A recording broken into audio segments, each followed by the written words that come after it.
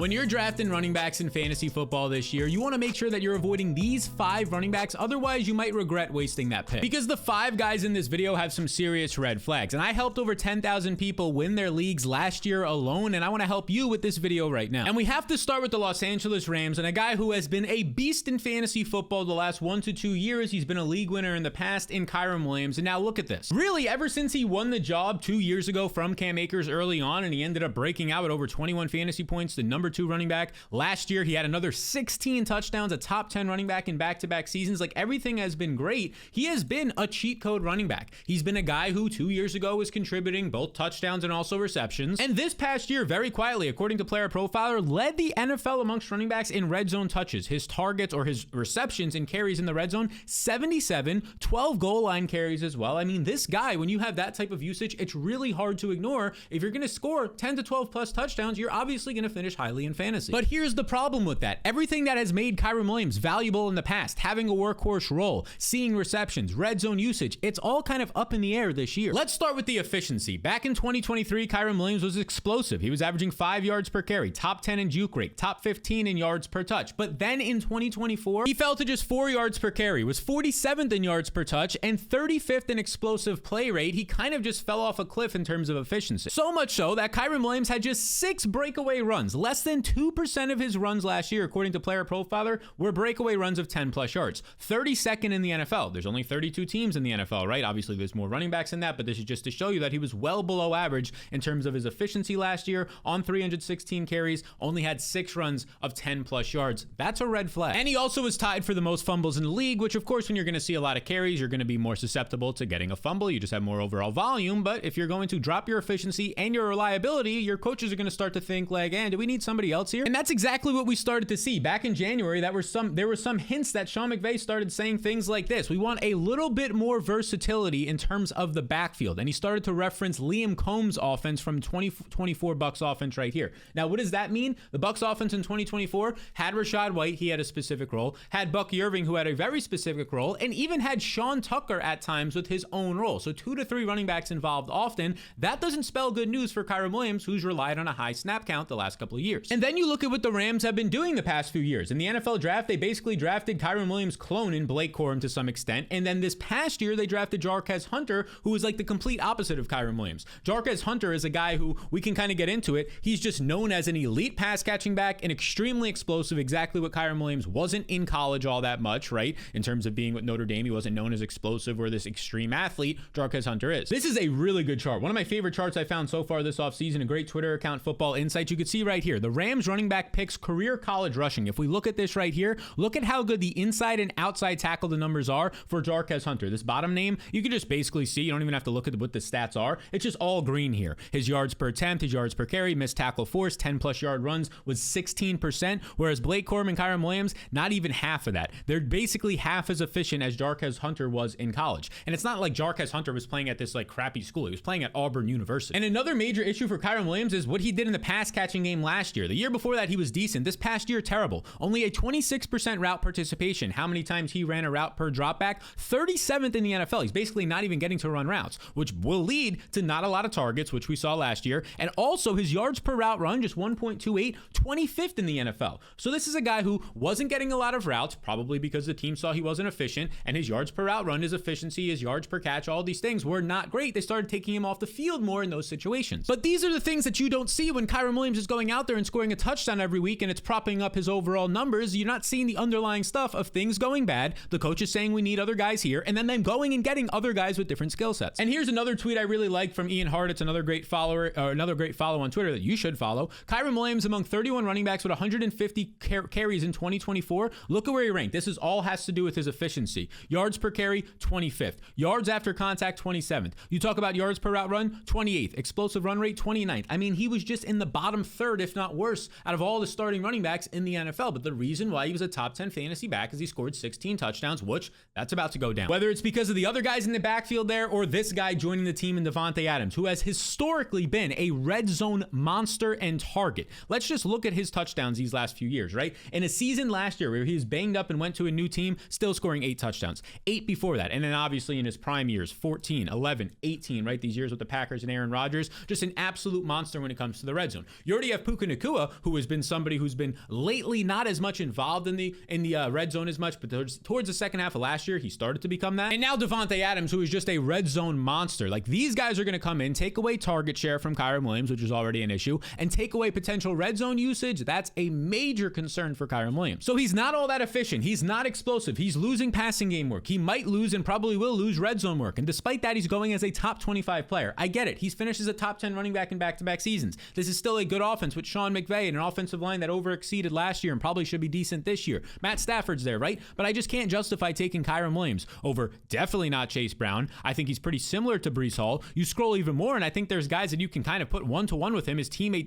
Davante Adams. 20 picks later is Kenneth Walker. I'd rather just take him over Kyren Williams for the value there. So as of right now, I don't think you should be chasing what you saw last year or the year before. Look at the current situation. It's nowhere near as good for Kyren. And similar things can be said for Najee Harris, who might seem a little bit more obvious to the average person watching this compared to a Kyren Williams, because he's about to be a backup for the first time in his career, but I don't think a lot of people are expecting that. Because look, don't get me wrong, Najee Harris in his career hasn't been a bad running back by any means, and he actually was pretty decent last year in 2024, decent to good. Because in 2024, he actually put up over 1,300 yards quietly, had 1,000 rushing yards yet again for the fourth straight time in his career, 283 receiving yards. The overall volume was pretty good as well in a Steelers offense that was loading him up. 7th overall in carries with 15.5 per game. He was seeing a nice 2.8 targets per game. So this is a really good role. You're talking about over 18 opportunities per game for Najee Harris, going over 1,000 yards, having 36 receptions. But if you look at his efficiency, I mean, it was average at best. He averaged just 3.8 yards per carry and was outside the top 30 running backs in yards created per touch. But this isn't all that surprising. We've never thought Najee Harris was this extremely efficient running back in the NFL. He's just been reliable. He can go out there and he can get you 4 yards a pop. But that reliability in fantasy in real life as a workhorse RB1 is about to change because he's on a new team, the Chargers, and they did not take him with a first-round pick like the Steelers did. They don't have as much investment in him. Najee Harris signed just a 1-year deal with the Chargers, and when you compare that to what Omarion Hampton's investment was, a first-round pick at the running back position, a basically top 20 pick or so, yeah, I would say that that's a lot more competition. I would say that that's a lot more competition than Najee Harris has ever faced. Omarion Hampton, hands down, in my opinion, is way better than Jaylen Warren ever was at any point during his career with the Pittsburgh Steelers. Hampton is already a more complete back. He can take away red zone usage, he can take away early down usage, and he can take away third down usage. They took him with the 22nd pick in the draft, as you can see right here on Player Profiler, and Hampton himself is loving the system accordingly, or apparently right now. He's saying that he perfectly fits into this system. If we scroll over here, you can see Greg Roman said he's the total package. You don't see a lot of guys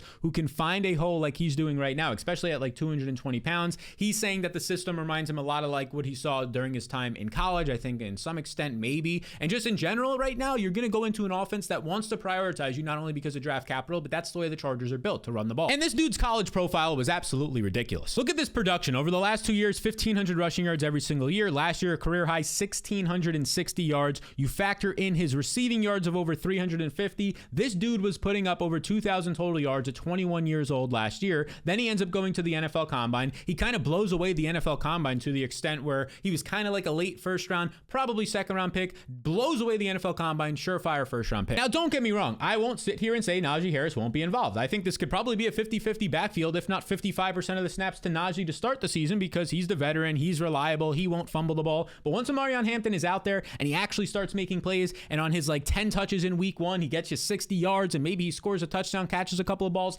every single week from there, we're just going to see more Omarion Hampton, more Omarion Hampton, and more Omarion Hampton. He's a better, younger, more explosive back with more investment for this specific team than Najee Harris has. It kind of reminds me of like Jahmyr Gibbs. They're not the same players. Don't get me wrong. They're not the same players at all. But Jahmyr Gibbs, in his first game with the Lions competing with David Montgomery, he only had like 10 or 11 touches. He got like 70 scoreless yards and people were panicking. I spent the second round pick, third round pick on Gibbs. That was a really good performance for your first ever game. We might see similar things for Hampton, and then he slowly takes on a bigger role. So right now you're looking at Najee Harris, where he currently goes as the 90th overall player in drafts. And like that seems like it's pretty far down the board. It's the RB33. That's probably where most reliable backups on decent offenses should be. But if you scroll and see across different positions who goes after him, give me Jacoby Myers, give me Brock Purdy, definitely give me Jaden Reed or even Matthew Golden, who goes after him all the way down here. Steph Diggs, a number 1 right now. I know he's 31 coming off of an injury, a number 1 for his Drake May offense that should have a better offensive line and coaching. Matthew Golden, we mentioned him. Either of these Packers top 2 receiving options I want over one Najee Harris, who in my opinion looks like at best somebody who's probably going to go out there and get, I don't know, like 150 touches this year. Do I really want that? Now, if you want to see exactly where like Omarion Hampton is ranked in my rankings, since we talked about him, you can get my free top 50 overall rankings right now. They're tiered and they show you the best and worst values in the top 50, which is like a cheat code for early round drafting. It's linked down below, totally free right now, or you can head to fantasyrankingsfree.com. That's fantasyrankingsfree.com. You type that in, you go get the top 50 overall rankings. And if you want to take it a step further and get my top 250 overall rankings for your entire draft, all my other draft tools, and my in-season tools for the entire year, the Fantasy Blueprint is out right now. Has all the tools that I use in all my leagues each year and 10,000 other people used last year to help them dominate their leagues. So if you want to come out of your fantasy draft feeling like you crushed it and then every single week can talk smack because you're smacking around your competition, well, you can check it out right now. Go get the blueprint at jointheblueprint.com. That's jointheblueprint.com, or you can click the link in the description. Now, the next guy we got to talk about is a rookie, Quinshon Judkins. He's out of Ohio State, and this is a guy that I'm really not drafting anywhere. Maybe he's the biggest avoid in this video right now for me, and we're about to get into why, but it has nothing to do with the player. Quinshon Judkins is a great player. He was a second-round pick for a reason. He dominated at Ohio State. We'll get into that in a moment for a reason, and I actually liked him. I mean, I still like the guy. It's not like I have anything against him personally. I liked him as a prospect coming out, but the landing spot I don't love. But here's the thing. He's the only rookie running back in this class to have 1,000 yards every single season. He broke out in 2022 with over 1,500 yards. The fact that he had 1,000 yards and 16 touchdowns last year at Ohio State, while TreVeyon Henderson was also there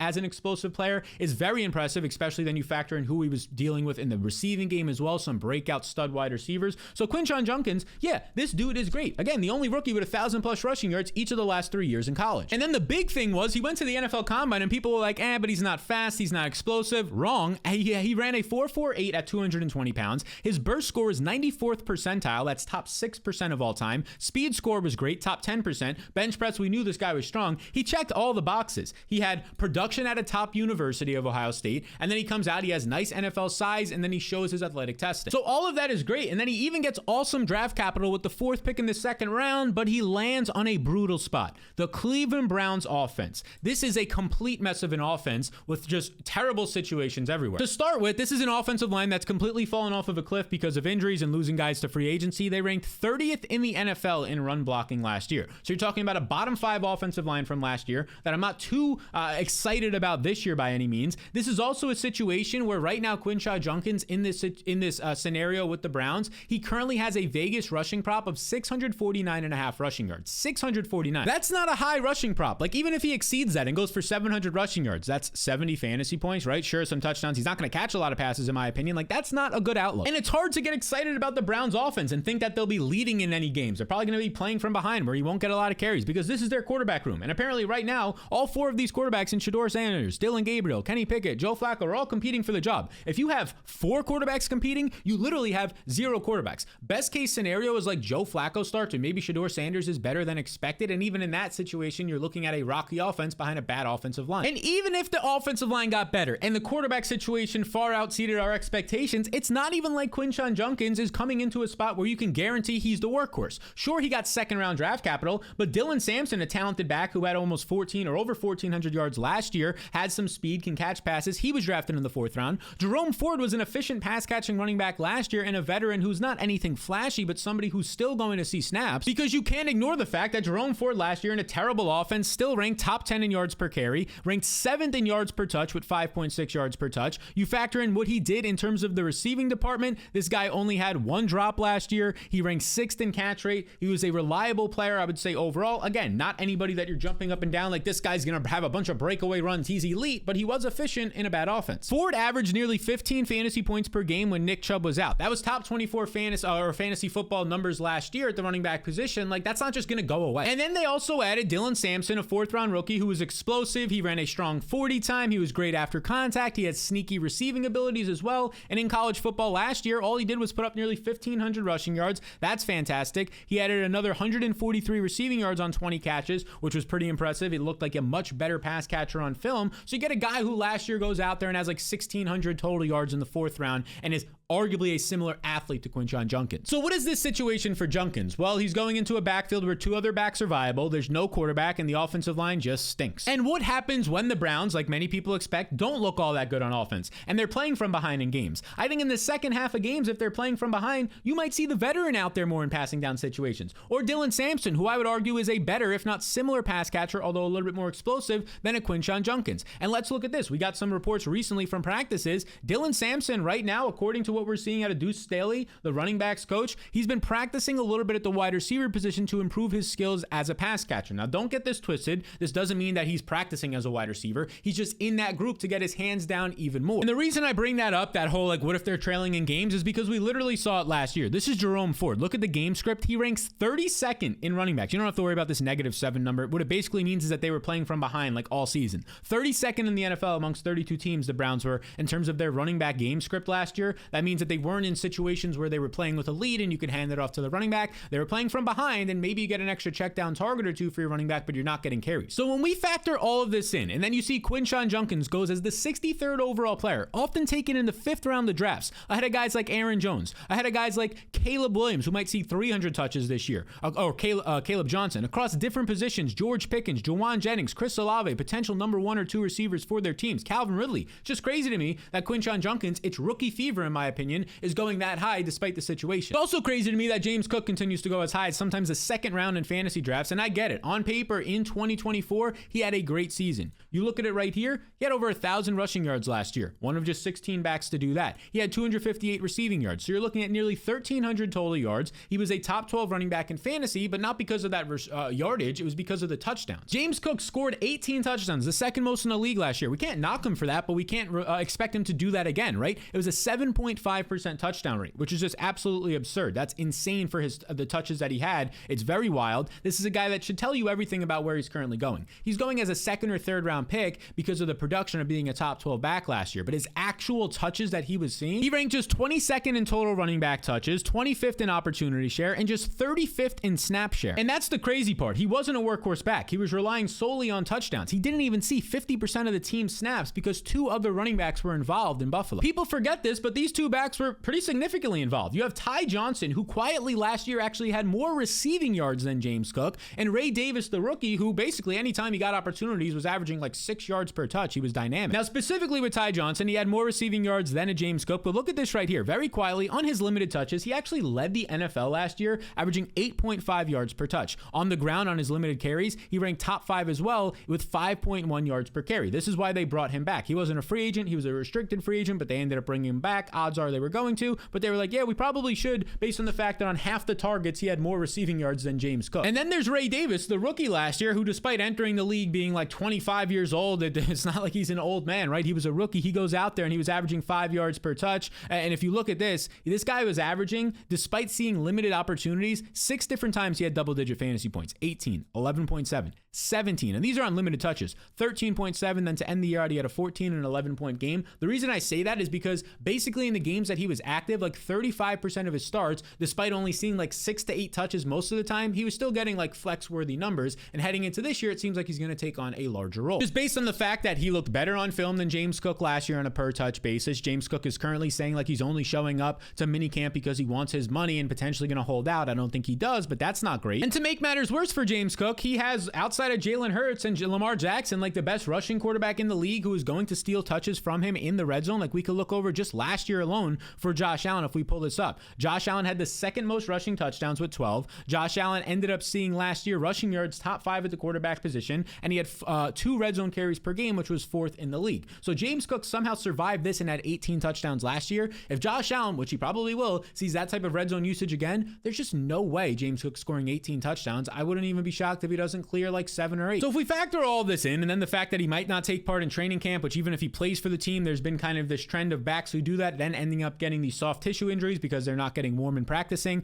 The fact that he's currently going in round 3 of fantasy drafts often is just not somebody I want to be targeting. Give me Kenneth Walker for sure there. I'll definitely take different positions, especially George Kittle or some of the elite quarterbacks in this range. Rashee Rice for sure. Chuba Hubbard, you can currently get 12 picks later, is just insane to me. I'll take all those guys right now over James Cook. Now, before we get into this next guy, just hit the subscribe button if you have not yet already. Just double check. Some people forget. It really helps the channel grow, which allows me to put out more content like this. And the next guy I want to talk about is Tony Pollard, whose 2024 season with the Titans, when you look at it quickly, it actually looks pretty dang good on paper. Like the overall production here is very similar to what we saw last year out of James Cook. Over 1,000 rushing yards, 238 receiving yards. He puts up over 1,300 total yards. That's very solid. He was averaging 12.5 fantasy points per game, so he's a top 24 running back. All of this is decent. But the efficiency, well, it really wasn't there. And part of that is because of the bad offense, and part of that was because Tony Pollard just wasn't efficient on his own. He averaged just 4 yards per carry, 42nd in the NFL. He ranked 46th in yards created per touch, and he had 8 drops, which was the most at the running back position, tied with Kyren Williams. And Tony Pollard also ranked outside the top 40 running backs in yards per touch, which isn't great. He ranked outside the top 50 in juke rate, his ability to break tackles. That's not great at all. This is a guy who last year got a lot more volume than expected because he saw more touches than his backfield mate Tyjae Spears.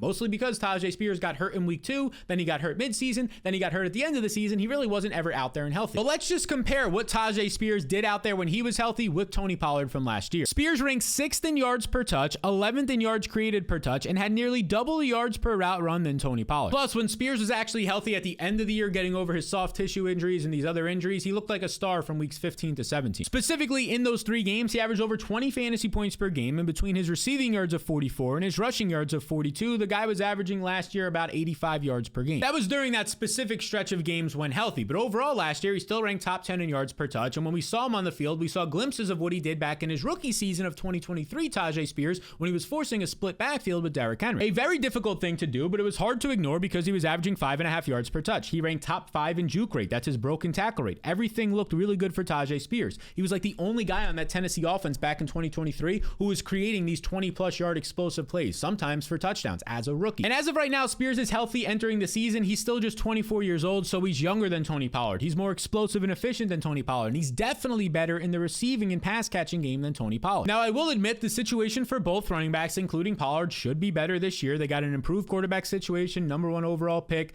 Cam Ward is going to be there. The offense was mainly rushing in 2024. Maybe now they can get a little bit more passing, which should open up the play action game and some more running lanes for these backs. We have Brian Callahan there, who's still the coach. He loves to run the ball. He brings in Nick Holtz, who is somebody that hopefully can rejuvenate this offense a little bit. Is that even a word? We'll just hope it is. And you also have to point out, if we scroll to the offensive line here, the offensive line, I believe it ends up seeing a bit of an improvement. They get Kevin Zeitler, who's getting up there in age, but I think that that's an improvement to get. They signed a big contract for Dan Moore, which is kind of scrutinized. We'll see if that's worth it, but I think that's an improvement from what they had. They added some other pieces like Blake Hance to this offensive line as well. So we're hoping that one of the worst offensive lines in the league will get a little bit better, because then it's going to help these guys right here. It's going to be helping both Tyjae Spears and Tony Pollard. And look, I'm not completely saying Tony Pollard is a terrible pick, and the point should be made that for this video, I'm talking about these guys at their current ADPs. If these guys went 2 or 3 rounds later, well, then they could easily turn into a value, but they're not. So when I start to see quotes like this from Brian Callahan, when he starts to say that he's hoping for this year, in a perfect world, a healthier division of labor out of this backfield, meaning that he hopes that, Tyjae Spears is healthy this year and we could see more of a split backfield, that starts to make things concerning for the 28-year-old running back and Tony Pollard, who might have already hit the peak in his past years with the Cowboys and maybe last year with the Tennessee Titans,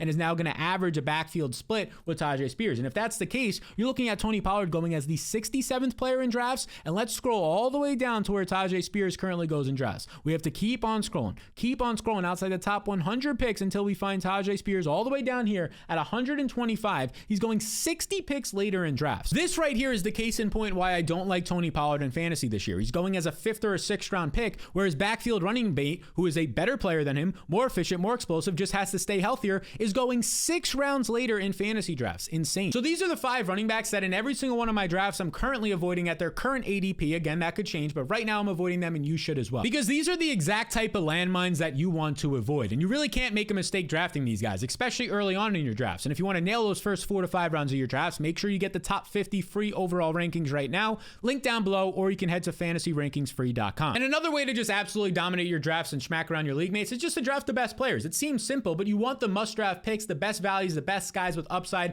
I actually made a video right here breaking down the 7 must-have players for 2025 fantasy football. If there's a video you watch all summer, make sure it's this one.